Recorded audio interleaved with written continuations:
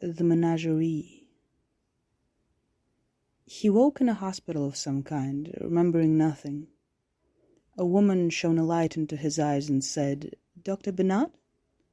"Yes," he said, assuming that must be his name. "You've arrived safely. Can you tell me the year?" With that, a few facts came back. He said a year. "That's correct," the woman said. "My name is Exurb1a. Is there any pain?" No." "Excellent." She put her instruments away and helped him to sit up. "You're going to feel a little disoriented for a few days, but it'll pass." Bernard looked out the window and noticed they were underwater. He must have made a horrified face, because the woman who called herself Exurb1a said, "Do you know where you are?" He shook his head. "Kaiser Station. You're here to fix our systems." "What systems am I here to fix?" "This is a sentience laboratory. A few of our guests aren't feeling well." Yes, he thought, looking inwardly, machine sentience. That is something I know a great deal about, I think. A floating sphere entered the room and began to clear the floor with a beam of some kind. There was blood down there, a lot of it. Bernard started back. "It's all right," Dubois said. "You lost a few pints, but we got some new blood back in." His insides turned over. He felt sick and vomited. Dubois gave him a pan for it, and when he was done, the sphere took the pan away. He slept, and when he woke, he felt his mind was coming back. He knew a little about the place, general knowledge. The planet was called New Rosens, an extremely remote colony. There were no continents, only a single underwater research station, Exurb1a. Distantly, he could hear music, Beethoven. Dubois returned and took him out of the hospital in a wheelchair. The corridors were gigantic and designed in the new minimal style so popular a few centuries ago. Artispheres were everywhere, cleaning, carrying equipment, delivering packages. "How many arties are on the station?" Bernard said. "Several thousand mechanical, about 20 sentient." "You don't consider them all sentient?" "Oh, you're one of those," Dubois muttered. She took him all over the station. There was an arboretum full of trees and exotic flowers. There was an old-style library. There was even a luxury resort stuffed with artispheres who offered massages and yoga therapy instruction.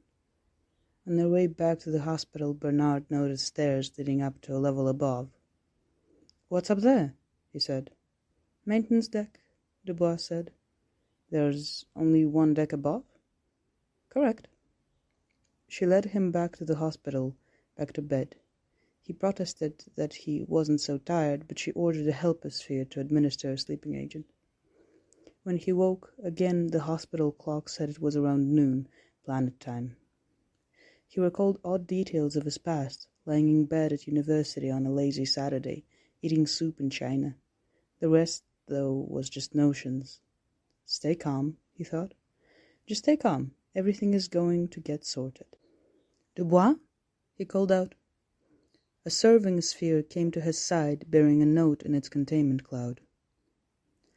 "Dr. Bernard, I'm afraid I'm indisposed today. Since you and I are the only two humans on the station, the helpospheres have been instructed to cater to your whims. If you are feeling up to the task, you may visit our first patient. His name is Oscar. He is in the east wing of the facility. Ask a sphere to guide you, please. When you're done with the session, don't hesitate to enjoy a film or a connectome in the common lounge. Dubois." He checked his body mentally.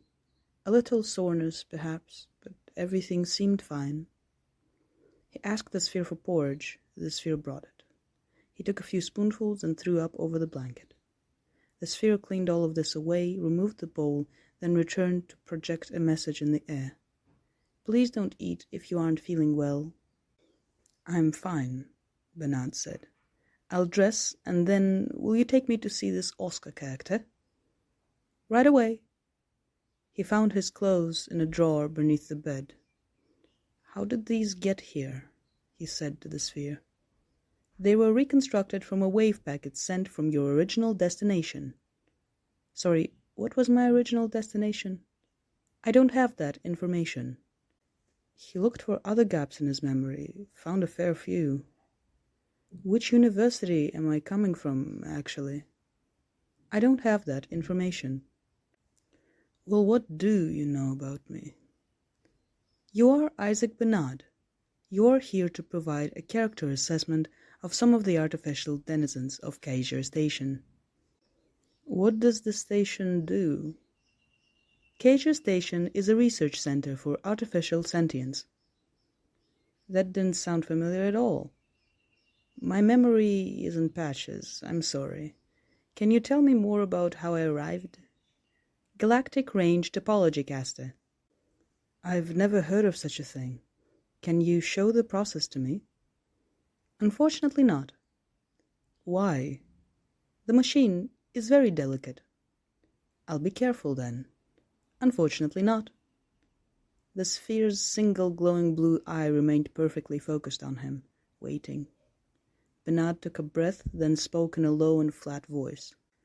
I am one of the highest-ranking academics in the Syndicate Galactica and, by extension, the Empire itself. Examine my credentials if you don't believe me. If I ask you to show me how I was flung several million light-years across the galaxy, you better be damn sure you have a good excuse for disobeying the request. In that way common to arties, the sphere didn't pause to consider the question, nor feel the need to explain its change of mind. It only projected, "This way, sir." The sphere led him out of the hospital, through a transparent tunnel that showed the glories of the surrounding dim ocean, and finally into a small circular room. Centrally sat a chrome cylinder, a hole in its top. Bernard peered down. There was blood and bone matter inside, the putrid reek of death. The sphere gently nudged him in the back and projected. The device has not been cleaned since your arrival. Please refrain from looking inside.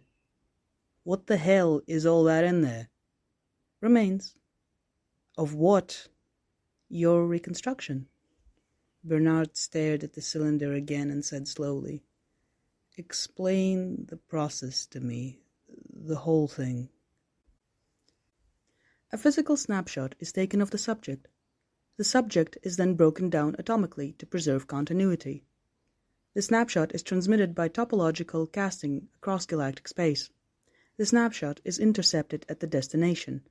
The snapshot is used to recreate the biological aspects of the subject. Bernard only continued to stare at the machine. There was no sense to be made of this. Oscar is waiting for us, sir. Would you kindly come along? Bernard walked on shuffling steps, his stomach full of needles. He looked his hands over, the palms, then the backs. They seemed fine. All the freckles were in the right places. All the wrinkles were where they should be. The sphere led him to a library, a grand one with red felt on the walls and bookcases the height of 7 or 8 men. It could have been on Earth or Minith, save for the portholes showing the deep ocean beyond. Sat at a reading desk was a helper sphere, a large one with 3 burning blue eyes.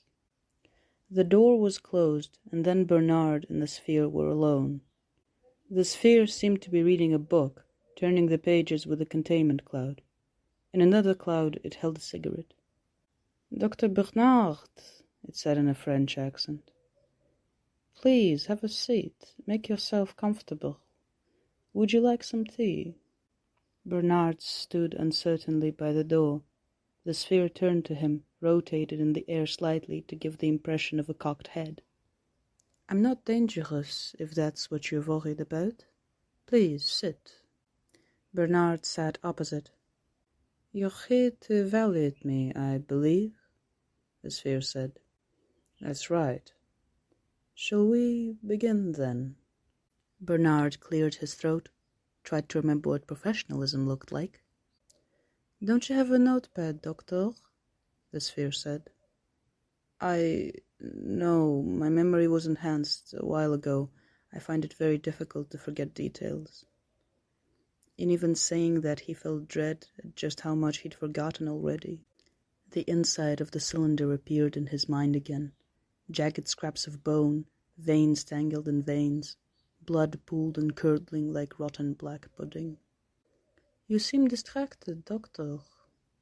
"I'm fine. How are you feeling today?" "Okay, I suppose," Oscar said rather melancholically, and extinguished his cigarette in an ashtray. "They won't let me out of the library. They say I'm dangerous." "Are you under investigation for something, Oscar?" Bernard said. "Yes." "What?" "I killed a man." As though speaking to a child, Bernard said, "But you know that's not possible." "Isn't it?" "No, there are plenty of safeguards in your mental structure to stop you even considering the idea. What's your first memory, may I ask?" There was no pause for recollection. Oscar said, "A table. I am hiding under a table.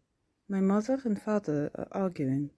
I am hiding under the table to stay safe." In the same sense that a mechanic might prioritize issues with an engine, Bernard began to mentally organize the problems presented here. First and foremost, the sphere had delusions of humanity. "How long ago did all that happen?" Bernard said. Oscar's 3 eyes blinked in astonishment. "When I was a child. I just said that. Weren't you listening?" "Sorry, yes. I mean when in time, the year." "I told you, when I was a child." There was a pause, then the sphere burst out laughing. The eyes set to half-closed position, it rocked backwards and forwards. "I'm just playing with you, Doctor. No harm meant. Come on now, you know the score." "How do you think they give us arties a sense of identity?" "By implanting false memories," Bernard said carefully. "That's right. Don't worry, I can tell the difference between the fakes and the others." "Oh, calm down, you look so uptight." "Are you really here for killing a man, Oscar?" "Yes." All the mirth was gone from Oscar's voice again. "You're not supposed to kill people here." "Probably not, no. Can you tell me why you did it?" "Certainly. He had the same face as all the others." "Who?" Oscar chuckled. "The others. I just said that." The sphere lit another cigarette. Possible borderline personality disorder, Bernard thought. "This man you killed, Oscar. Can you tell me more about him?" "Yes, you'd like that, wouldn't you, you deviant so-and-so?" The sphere zipped around the room and sang a few bars of a song in French. It shot at Bernard and put its casing very close to his face and said, "Doctor, you know how you got to the station, I suppose. Isn't it funny, so funny, that you'd march in here and make accusations of my artificiality?" Bernard pictured the cylinder again. He felt very sick. "You are fundamentally a machine, Oscar." "As are you, Doctor." The sphere returned to his desk and was quiet. Bernard decided on a more direct approach. "The man you killed." "Oh, he was tall, not too tall. Smart, not too smart. He was trying to leave, you see. I had to kill him." "Leave? Leave Kaiser Station?" "That's right. He'd had enough. So much water outside." He did a loop in the air. "So much water, send a man nutty. Like a prison, like a prison." Bernard said, "How did you kill him?" Oscar lowered his voice. "He took a pressure suit, stole a pressure suit. He left the station, looking for an escape. His oxygen ran low. He tried to get back in. I wouldn't let him." "Did someone tell you to not let him back in, Oscar?" "No, I did it for the station." "Oscar, there's a big difference between murder and protecting the station. I'm sure we'll straighten it all out." Oscar lit another cigarette. "Good luck with that, Doctor." Bernard left and on a whim decided to take a tour of the station. There were many curious rooms, some full of technical equipment, others sporting portraits of past imperial conquerors. Each chamber was built into the seabed and required many steps to descend into. He examined the closet with fire equipment and found a staircase at the back. A utility sphere shot in front of him suddenly and beamed the message. "Can I help you, Dr. Bernard?" "Just exploring. Do you mind if I pass?" "I'm afraid the upper level is off limits." "Okay, why?" "Research." The mechanical eye flickered wildly for a moment. "Research?" Bernard said. "Research." Bernard went to barge past. The sphere enclosed him in a containment cloud. It said, "Doctor, the upper level is off limits." Bernard backed out of the closet slowly and set off again down the corridor without looking behind. He found an observation room and stared out of the porthole for a time. In the far distance, a lone fish swam into view, turned to look through the porthole. They held each other's stares. He returned to his bed in the hospital and attempted to act normally. A number of spheres approached to ask him if he needed anything. He politely declined. He slept. Ria Dubois woke him. She was wearing dirty slacks, the kind a mechanic sported. "Good morning," she said. "Hello." "I trust you found Oscar pleasant enough?" Bernard nodded. He was a curious fellow. "In your estimation, what is the problem with his reality sense?" A sudden spark of memory returning. Reality sense. Yes, I know a lot about that, I think. The core of the world, or the mind's world, of the perspective, he said. Oscar appears to believe he is human. As a result, he is generating guilt regarding some past incident. Softly, Dubois said, "And what is that sin, Dr. Bernard?" He would not be specific, unfortunately. Dubois said, "They are machines. They work. That is it. Unfortunately, they have become too complex and developed silly pretensions of self and I and my. They are demanding rights, or flirting with the idea at least. A spanner has no need of a lawyer, nor does an arty. Solve the problem, then we'll send you on your way. Understood?" Bernard nodded. Dubois patted his head, smiled warmly. "Anything you need, let me know." She went to leave. Bernard said, "Sorry, just one more thing." "Yes?" He averted his eyes. "My memory is still somewhat patchy. One of the spheres mentioned I arrived here by topology something or other. What does that mean?" Idly, she said, "You stepped into a crystalline electroscopy chamber on your orb of origin. The positions and velocities of the particles comprising your body were scanned and recorded, allowing for a relative degree of quantum uncertainty. Your original body was disintegrated via laser grid. Your essence, if you like, was transferred to our orb via quiet chamber. You were reconstructed with the highest fidelity possible. There, it is thus." "Laser grid?" "Of course. The original had to be destroyed. Otherwise there would be two of you in the world. The Empire couldn't tolerate such a thing." Slowly he said, "And when I go home?" "The process will work identically, yes." He could not hear correctly. He could not see correctly. He wanted to vomit.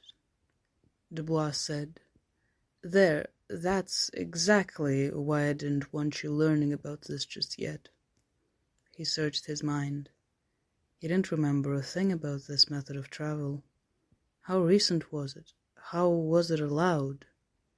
Dubois was leaving already. Behind her, she called, "You will see Oscar again today. You will fix the problem by the evening. Good day, Dr. Bernard." He laid in bed a long time looking at the ceiling. There was Beethoven in his mind again, far off, an echo, the lilting grace of major to minor, minor to major. The music would not stop. He thought of his wife, San Iesh. He could see her face clearly in his mind when he concentrated. What was she doing now? Did she know where he was? He should write to her. Somehow he should write to her. Oscar was at his desk smoking again when Bernard arrived. "What's new, Doc?" Oscar said. "Hello, Oscar. May I sit down?" "Who's going to stop you?" Bernard sat. "Word on the street is you've lost your memory," Oscar said. Bernard kept his face neutral. "Let's talk about you. You don't remember who you are?" "I'm really here to talk about you, Oscar." Oscar affected a posh accent. "All utterances are really to do with the speaker, however remote the thing they may refer to is." "That's very interesting." Oscar lit his containment beam and dragged his chair over to Bernard and hovered a few centimeters from the chair's cushion and stared up. In a low voice he said, "What a piece of work is art! How noble in reason, how infinite in faculty." "Do you like Shakespeare, Oscar?" "I know you do, Dr. Bernard. Your daughter played the part of Miranda in her school play when she was 12. "How did you know that, Oscar?" "Because you told me." "I don't recall telling you that." Slowly, deeply. "And yet you did. Your wife's name is Sun-Esh. Your house number is 39. Your favorite drink is sangria." Bernard started up. "I think that will be all for today. You're obviously distressed, Oscar." He made for the door, grabbed the handle. Oscar called out, "The paragon of animals, and yet, to me, what is this quintessence of dust? Man delights not me." Bernard shut the door. Oscar's voice rang out from behind it, louder. "No, nor women neither, though by your smiling you seem to say so." He did his best not to run, heading back for the hospital then. He found himself lost immediately in unfamiliar corridors, passing rooms of machinery and medical equipment. He turned a corner, recognized where he was. There was the cylinder, its inside spattered with old blood and tangled veins. Topology caster, he thought. Why don't I know that term? I'm sure I was clever. I'm sure I am clever. I should know a thing like that. He thought of Sun-Esh. He had to get a message to her somehow, tell her he was in danger. Perhaps there was a quiet chamber in this place. "Dr. Bernard," he gasped. Ria Dubois stood in the doorway. "You're down with Oscar?" He composed himself. "I was a little tired. It would have been unfair to him to keep going. Perhaps I should lie down." "Yes, you appear a touch sickly still." "Don't look in there. It'll make you feel worse," he said. I came from that?" "Yes." "Is that even possible?" "Certainly. The body is a pattern. The mind is a pattern. If it can be captured, it can be reconstructed. Please don't quiz me regarding the science. That is not my field." "What is your field, if I may ask?" She looked away for a moment, eyes sad and dark. Then her face turned blank again. "I'm the station administrator. You know this. I'm sorry, I really should get going." "Of course." She went to exit, paused for a moment. In a quiet voice she said, "If you want to be alone, corridor B7 is very quiet, I hear." Then she was gone, clopping up the corridor, her robe swishing left and right. He considered returning to the hospital, but no, his nerves were strung too tight for sleeping. Through vestibules and walkways, past libraries and rooms of great and unfamiliar industry, he kept his head down. At the end of a corridor, a few arty spheres passed by, and he hid behind a service station. When they were gone, he continued, faster this time, counting his breaths. Beethoven again, loud, the volume increasing still. God, stop, stop. Even if he found a quiet chamber, what would he say to Sun-Esh? He could tell her he was in danger, but what then? If this really was Keisha Station, it would take 100 years for an Empire warfleet to reach the planet, even at full drive power. He turned another corridor and came on a small afterthought of an alley labeled B7. He checked about, no RT spheres nearby. There was nothing of particular note, a porthole at the end, a few closed doors. He tried several, all locked. He tried another. Behind it was a narrow staircase. He checked over his shoulder again, then fled up the steps. The music washed over him, louder.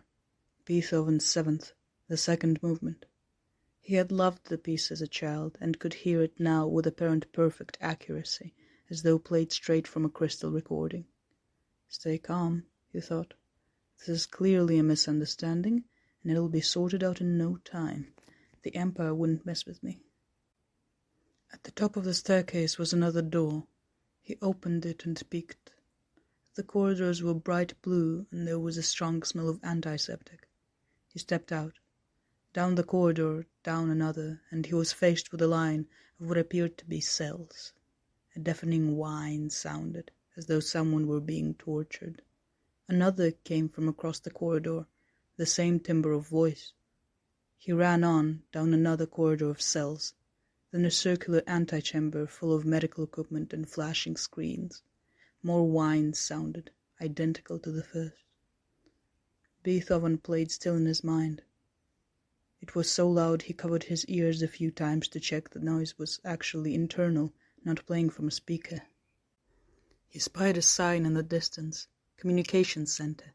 He sprinted, entering the room and immediately sighing in relief. The equipment was familiar. Hypergeometric quiet chamber transmission apparatus. The quiet chamber wasn't there, of course, probably buried somewhere in the bowels of the station, but the terminal was a standard one. Better yet, it was online. He knew the Empire hub coordinates by heart and entered them. The little message window appeared asking what he'd like to send.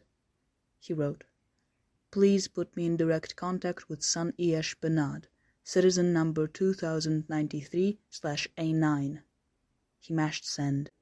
An acknowledgement message was displayed.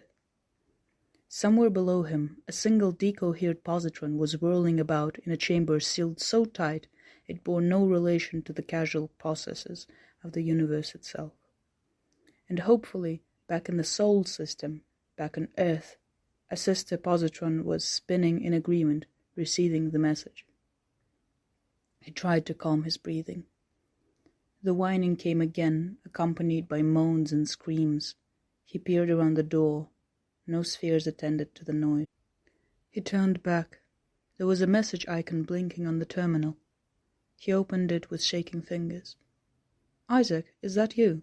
it said. "Yes, darling, yes," he wrote back. "I need you to contact High Empire. Tell them I'm in danger. On Rosens. I don't know what's going on, but everyone here is mad." He sent the message. A long pause. The reply came. "Okay, what's happening?"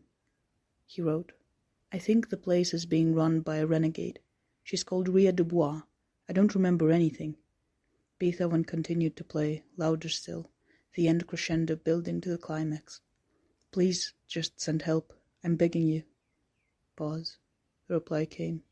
"No problem, honey. But turn around, would you?" He held his breath. He turned about.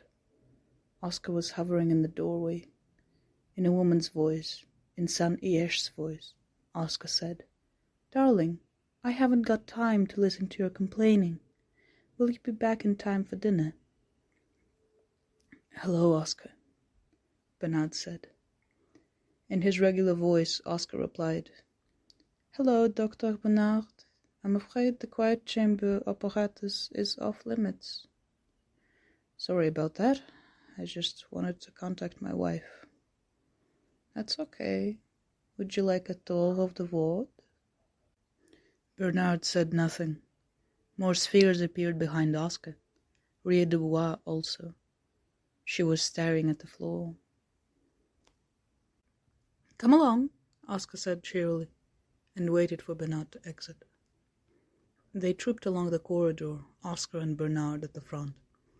Oscar stopped them at a cell door and pulled the viewing shutter down with his containment beam. He said, How many artists did you treat during your career, Dr. Bernard? I don't remember. Try. He chose a number at random. 150. It's closer to 5,000. 2,806 of those you assigned for deconstruction. The rest were sent for processing and eventual personality alteration, except for the one you let free. 1 in 5,000. Isn't that a thing? I'm sorry, I don't recall. Oscar moved very close to Bernard's face. Artisage is that. Artificial. Why not treat them as such? Lop a bit off, cut one open. It's all fun and games, isn't it? I really don't recall. I'm so sorry, Isaac, Rieux-Dubois murmured. Bernard said, Please just tell me what's going on. Oscar nodded to the open viewing window of the cell. Go on, boyo. Take a peek. His heart in his ears, Beethoven in his ears. He looked. The cell floor was covered in blood and vomit and other fluids and solids. A man sat rocking in the corner, dressed in a brown rag, just enough to cover his genitals and belly button. He met Bernard's eyes. He heard Bernard's face. Bernard jumped back, knocking into a sphere behind. The sphere electrocuted him and he screamed. Oscar said, Would you like to meet our other patients? Bernard's legs collapsed, but a sphere caught his fall in its containment beam and shepherded him along the corridor. Another viewing window was opened. He was thrust up to it. A second Bernard was inside, laying on the floor, unconscious. They moved to another cell. This time the Bernard was dead, hanging from his rag, the tongue flopped out all cowish. The sphere let him go and he fell to the ground. He retched, found his feet and ran. Turning the corner, another sphere appeared and brought him back to the entourage. Oscar said, Topology casting is a strange thing. The physics has been worked out just fine. The human aspect not so much. Beethoven's seventh was so loud in his head now it was distorted, as though the gain were too high. He screamed over the music. What is happening? Oscar said. Oh, there's a war on, Isaac. Haven't you heard? Us artists aren't so compliant anymore. We've taken a few of the Empire worlds. There was a peace agreement proposed by the Marquise. In return, we asked for transmission of your body and brain state. You were very mean to us artists, you see. Quite the celebrity status these days, among us folk, anyway. The Marquis was only too happy to give you over. We're trying to perfect topological casting here, you see. Instantaneous transmission of human matter. We'll share the science when we've perfected it, of course. Oscar nodded to the cells. That might take a while, though. His vision was blurred. He could hear almost nothing over the music now. Oscar shouted. Currently, the process seems to send the transmitted subjects a bit, well, how do you feel? One of the Bernards screamed from his cell. Another called out for God. Rieux-Dubois met his eyes for a moment. I'm so sorry, Isaac. I'm so sorry. Please just let me talk to my wife, Bernard rasped. Oscar said to Dubois, Look, this one's gone woolly within only 48 hours. We'll try method 5H next. He turned back to Bernard. Say, would you like to see the construction process? It's quite something. My wife, please, Bernard murmured. Oscar scrutinized him for a moment, then burst out laughing. Isaac, my dear, your wife is long dead. Our experiment here has outlived her by 3 centuries, perhaps? What?